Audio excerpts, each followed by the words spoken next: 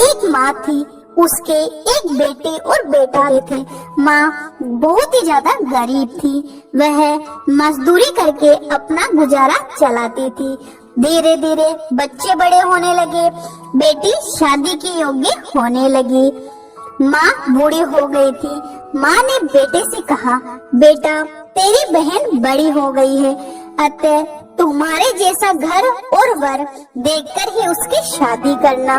ऐसा कहकर माँ तो कुछ दिनों में मर गई। भाई गांव-गांव घूमता रहा, लेकिन बहन के योग्य कोई वर नहीं मिला। वह घूम घूम कर थक गया।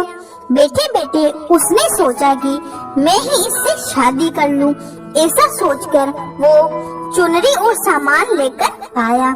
बहन ने कहा, ये सब सामान क्यों लेकर आए हो? भाई बोला, तेरी शादी है। मोहल्ले वालों ने बहन से कहा कि तुम्हारा भाई ही तुमसे शादी कर रहा है। बहन ने भाई से पूछा, मेरी शादी आप किससे कर रहे हो? भाई ने कुछ नहीं बोला तो बहन समझ गई। उसने एक लोटा लिया, चुनरी ली और चप्पल पहनकर जंगल में रवाना हुई। गायों के गवालों ने उससे पूछा कि वन में क्यों जा रही हो, तो उसने कोई जवाब नहीं दिया।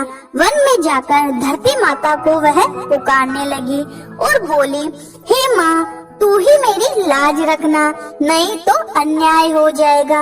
मैं क्या करूं? मुझे अपनी गोद में ले लो, नहीं तो यहाँ पर मैं मर जाऊंगी।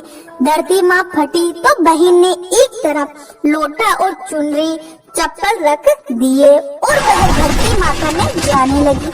इतने में दौड़ता हुआ भाई वन में आया और ग्वालों से पूछा कि उसकी बहन किस तरफ गई है। ग्वालों ने कहा, तेरी बहन उधर गई है। वह बहन पुकारता हुआ दौड़ा तो बहन धरती माता के अंदर समा रही थी।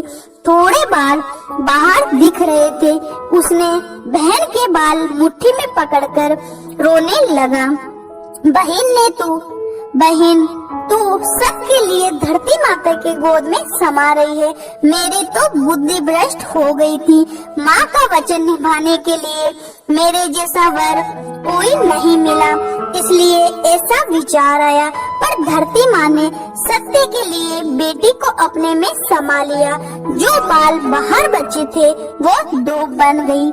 इसलिए औरतें कहानी सुनती है और लोटा, चप्पल, चुनरी एक बर्तन में हरे मूंग, एक लड्डू कुंवारी कन्या को देती है, जिससे धरती माता उनसे खुश होती है। तो बोलो धरती माता की जय।